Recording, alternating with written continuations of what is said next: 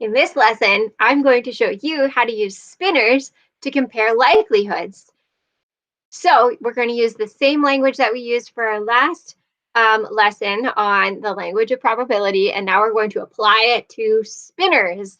And so I put a picture of what spinners look like for you, just in case you weren't sure if I meant like that kind of spinner for games or those fidget spinners, not fidget spinners. We're talking about these ones.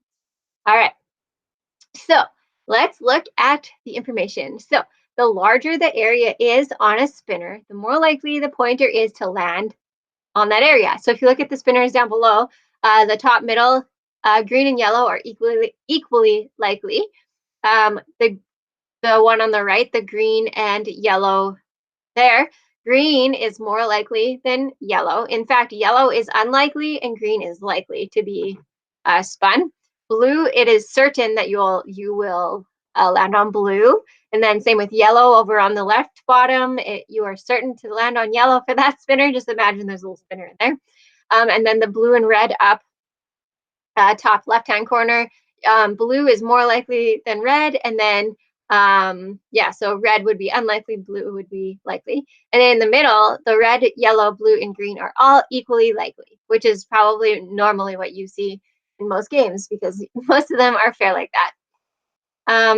So what are the possible outcomes for this spinner? If you take a look at it, we've got 1, 2, 3, 4, 5, 6, and 7. We're not paying attention to the colors in this one, just the numbers.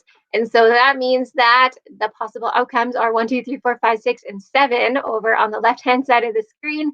And so if you look all of the pieces, the outcomes are the same size.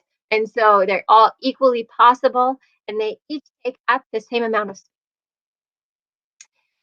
What are the possible outcomes of this spinner? Oh yeah, that's right. I wanted to share one more thing with you. An outcome that is impossible on this spinner is 8 because it is not on the spinner. That's impossible. So with 9, so with 10, and continuing on, those are impossible. What are the possible outcomes of this spinner? So ignoring the colors again, we've got a 3 and a 3 and a 3 and another 3. What are the possible outcomes? Only 3. You can only pick a 3. They might be different colors, but there's still 3. And so the outcome is certain to land on 3 because it's the only possible outcome. Next up, how many sectors does this spinner have? So a sector is like a piece of the pie there. That's another word for it. So we've got, starting at the top, right A, B, C, B, D, A, C, D.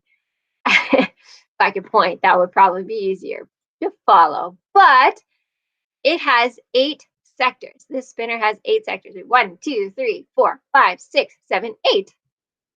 Next question, how many sectors are labeled A, B, C, and D? Well, you can't just guess, you have to actually count. So we've got A here and A there. So that's 2 A's. We've got a B, and a B. That's 3 B's. We've got 2 C's and 1 D. So those are our answers right there.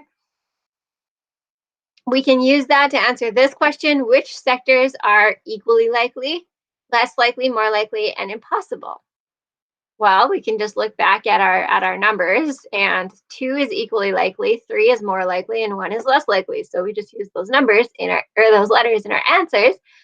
What's equally likely? A and C with 2 each, that should say. Watch this. This is how I did this.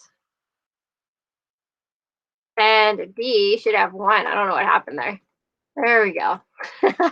Must have been snoozing when I made this a little bit ago. Okay, so equally likely, A and C with 2 each. Less likely, D with 1. More likely, B with 3. And what's impossible? Anything that's not A, B, C, or D. So I picked the letter E because it's next in the alphabet. Pretty creative, hey? But yeah, that is the basics of this lesson. You're going to be looking at spinners and picking which ones are more likely and less likely and just seeing the possible outcomes. And, yeah, I think this one's pretty straightforward as well. So I hope you have fun doing the assignment.